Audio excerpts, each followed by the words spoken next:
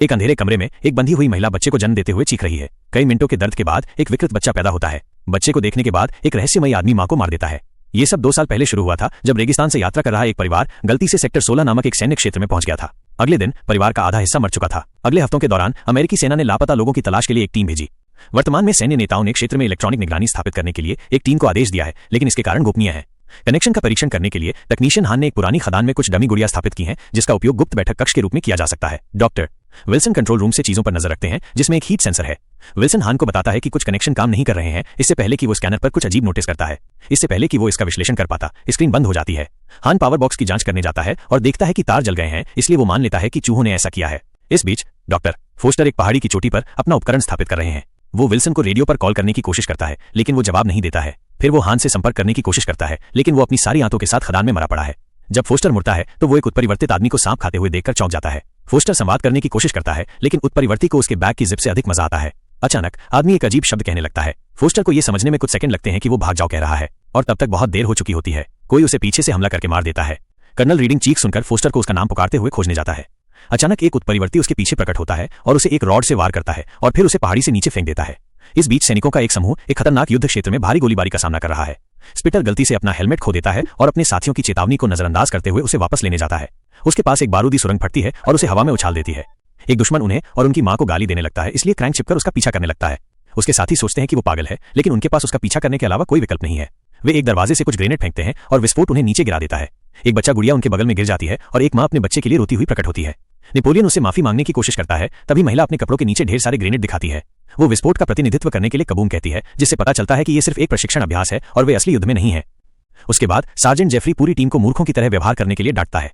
वो ये भी घोषणा करता है कि वे सेक्टर 16 में वैज्ञानिकों के लिए कुछ सामान पहुंचाने के लिए यात्रा करेंगे। ये एक शीर्ष गुप्त क्षेत्र है, इसलिए उन्हें किसी से बात नहीं करनी चाहिए या भटकना नहीं चाहिए।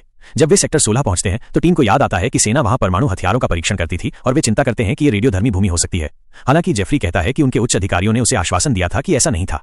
यात्रा के दौरान कैडेट एक दूसरे को चिढ़ाते रहते हैं और ये एक बहस में बदल जाता है। क्रैंक गुस्सा हो जाता है और लगभग किसी को ट्रक से बाहर फेंक देता है, इसलिए दूसरों को उसे शांत करना पड़ता है। जब वे आखिरकार वैज्ञानिक के शिविर पहुंचते हैं तो उन्हें एक भी व्यक्ति नहीं मिलता है। वे रेडियो आजमाते हैं, लेकिन कोई जवाब नहीं मिलता। उन्हें यह नहीं पता चलता कि कोई चट्टानों के पीछे से उन्हें देख रहा है। क्रैंक खदान का दरवाजा खोलता है और चमगादड़ों के झुंड के बाहर उड़ने से चौंक जाता है। उन्हें एक सैटेलाइट फोन मिलता है, हालांकि वो नष्ट हो चुका है। अचानक एक ट्रक रेडियो पर एक आदमी से मदद मांगने का प्रसारण होता है। वो कहता है कि वो पहाड़ी पर है, लेकिन इससे पहले कि वो और विवरण जोड़ पाता, कॉल समाप्त हो जाती है। उसी पल टीम पहाड़ी पर एक सिग्नल मिरर देखती है और जेफरी घोषणा करता है कि वे एक बचाव मिशन पर जा रहे हैं। नेपोलियन को लगता है कि बेस से पहले संपर्क किए बिना जाना एक बुरा विचार है, इसलिए जेफरी उसे एक पैर पर बाथरूम की रखवाली करने की सजा देता है। बाहर निकलते समय जेफरी एम्बर को फ्लर्ट करते हुए देखता है और उसे भी रुकने के लिए कहता है और उसे रेडियो आजमाते रहने के लिए कहता है। एम्बर आदेशों का पालन करती है और दूसरी तरफ से नमस्ते सुनकर हैरान हो जाती है, लेकिन और कुछ नहीं। जैसे ही समूह पहाड़ी पर जाता है, मिकी गलती से एक छिपे हुए गड्ढे पर कदम रखता है और गिर जाता है। दूसरे उसे बचाने के लिए दौड़ते हैं और उसे ठीक समय पर बाहर निकालते हैं। गड्ढे में एक चट्टान फेंकने से उन्हें पता चलता है कि ये लगभग 100 मीटर गहरा या 100 साल पुराना होगा। मिकी का टखना घायल हो गया है, इसलिए जेफरी उसे वापस शिविर भेज देता है। इस बीच नेपोलियन खुद को राहत देने के लिए बाथरूम में प्रवेश करता है। अचानक उसे एक अजीब आवाज सुनाई देती है और शौचालय में एक हाथ उसकी टांग पकड़ने के लिए प्रकट होता है। नेपोलियन चिल्लाता है और तुरंत घबराहट में बाहर आता है। एम्बर उसकी कहानी पर संदेह करती है और करीब से देखती है, तभी गंदगी में एक पूरा हाथ दिखाई देता है। दोनों कैडेट चिल्लाते हैं और दरवाजा बंद कर देते हैं, क्योंकि एक आदमी शौचालय से बाहर निकलता है और मदद मांगता है। सैनिक उसे बाहर निकालते हैं और पाते हैं कि ये विल्सन है, जिसके कांपते शरीर पर अजीब कट लगे हैं। विल्सन फुसफुसाता है कि वे यहाँ हैं इससे पहले कि वो मर जाए। नेपोलियन को पता चलता है कि किसी ने उसे इसलिए काटा ताकि वो संक्रमण से धीरे धीरे मरे। धोने के बाद दोनों जेफरी से संपर्क करने की कोशिश करते हैं, लेकिन रेडियो अभी भी बेकार है। उसी पल वे कुछ धुआं देखते हैं और ये देखकर चौंक जाते हैं कि किसी ने उनके ट्रक में आग लगा दी है। एम्बर देखती है कि उसकी राइफल गायब है और अपनी टीम को चेतावनी देने के लिए उन्हें खोजने का फैसला करती है, लेकिन नेपोलियन रुकना पसंद करता है। बस कुछ कदम चलने के बाद एम्बर को एक आवाज सुनाई देती है और अचानक एक ज़ोंबी उसके पीछे से उस पर कूद पड़ता है।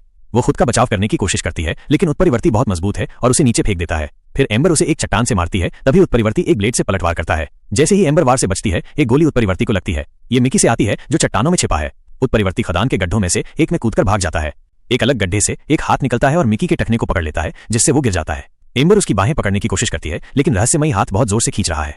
वो अपनी बंदूक पकड़ती है, हालांकि वो गोली नहीं चला सकती क्योंकि मिकी का शरीर पूरा गड्ढा ढका हुआ है। जल्द ही नेपोलियन आता है और मिकी को भी पकड़ने की कोशिश करता है, लेकिन बहुत देर हो चुकी होती है। मिकी के शरीर से खून बहने लगता है। जब चट्टानें उसकी टांग तोड़ देती हैं, उसे तब तक मोड़ती हैं जब तक उसका शरीर इतना सिकुड़ न जाए कि वो गड्ढे से निकलकर गायब हो जाए। पहाड़ियों पर डेल्मर को खोज जारी रखने के लिए एक ऊंची चट्टान पर चढ़ने के लिए चुना जाता है। वो लगभग फिसल जाता है, लेकिन शुक्र है कि वो शीर्ष पर पहुंच जाता है। इस बीच मिस्सी अपने बेटे के फोन पर एक संदेश देखने के लिए समूह से अलग हो जाती है। अचानक उसे एक आवाज सुनाई देती है और कोई उसके कंधे को छूकर चौंक जाती है, लेकिन ये उसका साथी है जो घोषणा कर रहा है कि वे आगे बढ़ रहे हैं। थोड़ी देर चलने के बाद उन्हें एक चट्टान के ऊपर एक जूता मिलता है। पास में उन्हें फोस्टर का शरीर मिलता है जिसमें उसका बटुआ उसके सिर की चोट में फंसा हुआ है। एक दुश्मन के बारे में चिंतित होकर स्पिटर शिविर से संपर्क करने की कोशिश करता है, लेकिन उनके दोस्त जवाब नहीं देते हैं। कुछ प्रयासों के बाद उन्हें रीडिंग की आवाज सुनाई देती है जो कॉल समाप्त होने से पहले केवल एक वाक्य कहता है। मिस्सी बताती है कि ये वही आवाज नहीं है जो उन्होंने पिछली कॉल में सुनी थी। टीम आगे बढ़ती रहती है, चट्टानों के बीच अजीब आवाजें सुनती है। अचानक एक उत्परिवर्ती स्पिटर पर हमला करने की कोशिश करता है, उसके बैकपैक पर हमला करता है। स्पिटर जवाबी कार्रवाई में गोली चलाता है, इसलिए उत्परिवर्ती पहाड़ी की चोटी पर भाग जाता है और उस पर एक चट्टान फेंकता है। घबराकर स्पिटर बिना सोचे समझे गोली चलाता रहता है और गलती से जेफरी को कई बार मार देता है, जबकि उत्परिवर्ती भाग जाता है। टीम उसकी मदद करने की कोशिश करती है, लेकिन जेफरी फिर भी मर जाता है। जब एम्बर और नेपोलियन आते हैं तो उन्हें मिकी के बारे में भी बताना पड़ता है। जेफरी के शरीर को ले जाने के लिए एक कंबल में लपेटने के बाद टीम वापस जाने लगती है। डेल्मर चट्टानों के ऊपर किसी को हिलते हुए देखता है, लेकिन परेशानी से बचने के लिए उसे अनदेखा करता है। जब नीचे उतरने का समय आता है तो स्पिटर शरीर को ले जाते हुए पहले जाता है। शुरू में यह अच्छा होता है, लेकिन अचानक रस्सी टूट जाती है और स्पिटर गिरकर मर जाता है। क्रैंक नेपोलियन को खराब गांठ लगाने का दोषी ठहराता है। हालांकि डेल्मर देखता है कि रस्सी कटी हुई थी। उन्हें यह भी पता चलता है कि उनकी सभी अतिरिक्त रस्सियां गायब हैं। टीम एक ऐसे रास्ते की तलाश करने लगती है जो उन्हें सुरक्षित रूप से नीचे ले जा सके, लेकिन उन्हें केवल मृत अंत मिलते हैं। जब उन्हें एक और आवाज सुनाई देती है तो वे उसका पीछा करते हैं जब तक उन्हें रीडिंग नहीं मिल जाता जो मुश्किल से जीवित है। वे उसके घावों की देखभाल करने की कोशिश करते हैं, लेकिन रीडिंग उन पर भड़कता है और हंसता है। फिर उन्हें दूर से चीखें सुनाई देती हैं और हर कोई गोली चलाने के लिए तैयार हो जाता है। जब वे मुड़ते हैं तो उन्हें रीडिंग हाथ में बंदूक लिए खड़ा मिलता है। वो बताता है कि खदानों में इंसान रहते हैं जो पुराने प्रयोगों के दौरान हुई रेडियोधर्मी गतिविधि के कारण उत्परिवर्तित हो गए हैं। ये उत्परिवर्ती सभी पुरुषों को मारते हैं, लेकिन प्रजनन के लिए महिलाओं को रखते हैं। टीम पूछती है कि कैसे निकलना है और रीडिंग खुद को नष्ट करके जवाब देता है। कुछ मिनट बाद मिस्सी एम्बर के साथ बैठती है और उसे अपने बेटे का एक वीडियो दिखाती है। एक उत्परिवर्ती उनके पीछे प्रकट होता है और मिस्सी चिल्लाती है, अब क्योंकि ये एक जाल है। लड़के गोली चलाते हैं और उत्परिवर्ती को तुरंत मार देते हैं। उसके बाद मिस्सी खुद को राहत देने के लिए एक चट्टान के पीछे चली जाती है। उत्परिवर्ती को अपने पीछे नहीं देखती क्योंकि उसकी चट्टान जैसी त्वचा उसे छलावरण करने की अनुमति देती है। वो उसे पीछे से पकड़ लेता है और उसकी चीखें दूसरों का ध्यान खींचती हैं। वे एक रास्ते से नीचे भागते हैं और उत्परिवर्ती को उसे खदानों में ले जाते हुए देखते हैं। जब टीम खदान में प्रवेश करती है तो टू स्टम्प को लगता है कि ये एक बुरा विचार है, इसलिए वो गुफा छोड़ देता है और मदद लेकर वापस आने का वादा करता है। समूह खदान की तलाशी जारी रखता है, इस बात से अनजान की कोई छाया से उन्हें देख रहा है। उन्हें एक मृत अंत और मिस्सी का फोन जमीन पर मिलता है। अपनी टॉर्च का उपयोग करके उन्हें पता चलता है कि कुछ धातु की चादरें एक सुरंग को ढक रही हैं, इसलिए डेल्मर नीचे फिसल जाता है और उसे अवरुद्ध करने वाली चट्टानों को मारकर निचले स्तर तक पहुंचता है। ये देखकर कि ये सुरक्षित है, बाकी टीम भी नीचे फिसल जाती है। एम्बर तब घबरा जाती है जब उसकी बांह पर एक मकड़ी दिखाई देती है, लेकिन वो किसी तरह उससे बच जाती है। इस बीच स्टम्प पहाड़ी से नीचे जा रहा है जब उसे पास में कोई सुनाई देता है। उसके चारों ओर चट्टानें गिरने लगती हैं क्योंकि उसे डरावनी आवाजें सुनाई देती रहती हैं। उनसे बचने के बाद एक घबराया हुआ स्टम्प बिना रस्सी के नीचे उतरने का फैसला करता है। ये बहुत खतरनाक है, इसलिए उसे धीरे धीरे चलना पड़ता है। बीच रास्ते में उसे दीवार में एक सुरंग मिलती है और वो अपने दोस्तों को बुलाता है, लेकिन कोई जवाब नहीं देता। जब वो छोड़ने की कोशिश करता है तो सुरंग में एक उत्परिवर्ती प्रकट होता है और उसे गिरने से मारने के लिए उसका हाथ काट देता है। खदान में टीम एक हवा का पीछा करती है जो उन्हें दीवार में एक छेद तक ले जाती है। वे बाहर देखते हैं और अपने मृत दोस्तों को देखते हैं, जिसका मतलब है कि यहीं पर उत्परिवर्ती ने रस्सी काटी थी। अगली सुरंग पानी से भरी हुई है, इसलिए वे जमीन नहीं देख सकते। खैर, एम्बर अपनी जेब में एक गोली बचाने का फैसला करती है अगर उसे आपात स्थिति में खुद को मारना पड़े। वो गलती से एक गड्ढे में कदम रखती है और जब नेपोलियन उसे पकड़ने की कोशिश करता है तो वो भी अगले स्तर पर गिर जाता है। पानी गड्ढे से निकल जाता है और क्रैंक और डेल्मर अपने दोस्तों की पुष्टि करने के लिए नीचे देखते हैं कि वे ठीक हैं। उनके पास दो समूहों में आगे बढ़ने के अलावा कोई विकल्प नहीं है। मिस्सी को पकड़े हुए उत्परिवर्ती वहां नीचे है, लेकिन वे उसे देख सकें इससे पहले वो छिप जाता है। डेल्मर और क्रैंक को उनका रास्ता एक और छेद से अवरुद्ध मिलता है। क्रैंक एक बड़ी छलांग लगाने का फैसला करता है, लेकिन वो मुश्किल से दूसरी तरफ से पकड़ पाता है। जैसे ही वो फिसलने लगता है, डेल्मर भी कूदता है और वास्तव में सफल होता है। फिर वो क्रैंक को ऊपर लाता है। छेद के इस तरफ एक बीम है जिसका उपयोग वे सुरक्षित रूप से नीचे जाने के लिए करते हैं। धूल भरी वस्तुओं से भरे एक कमरे में उत्परिवर्ती मिस्सी को गिरा देता है और कहता है कि वो मां प्यारी चाहता है। मिस्सी उसके चेहरे पर थूकती है और क्रोधित उत्परिवर्ती उसे गाली देता है और फिर उसे बिस्तर पर फेंक देता है। वो खुद का बचाव करने की कोशिश करती है, लेकिन वो उसे मार गिराता है।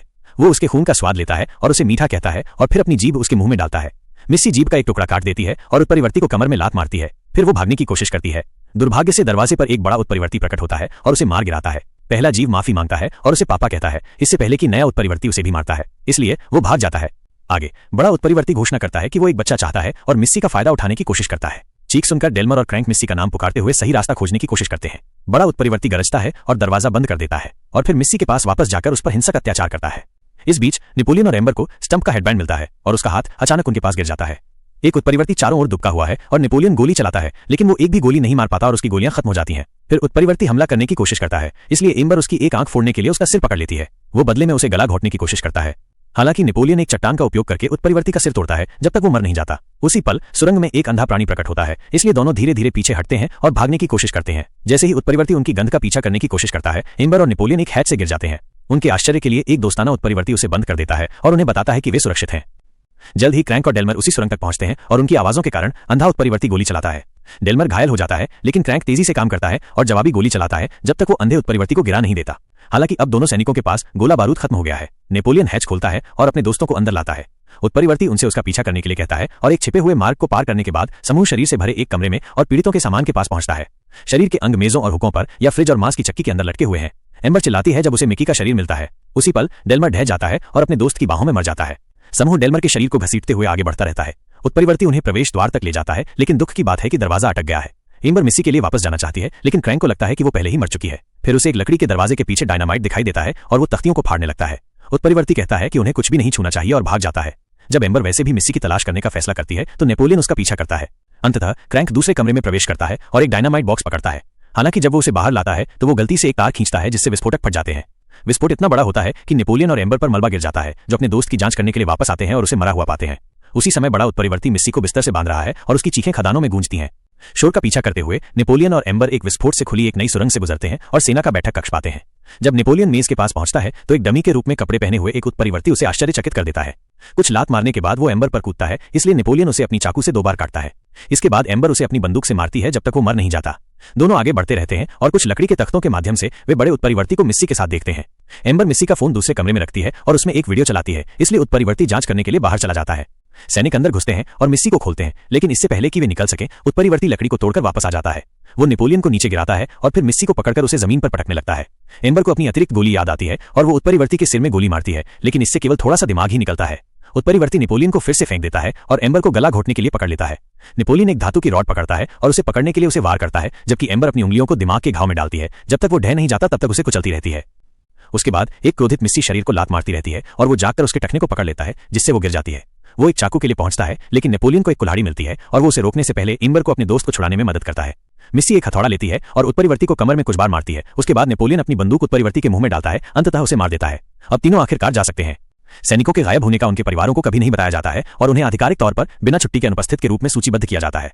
सेक्टर 16 अभी भी एक रहस्य है और कोई इसे रडार पर देख रहा है। सब्सक्राइब करना और नोटिफिकेशन ऑन करना न भूलें।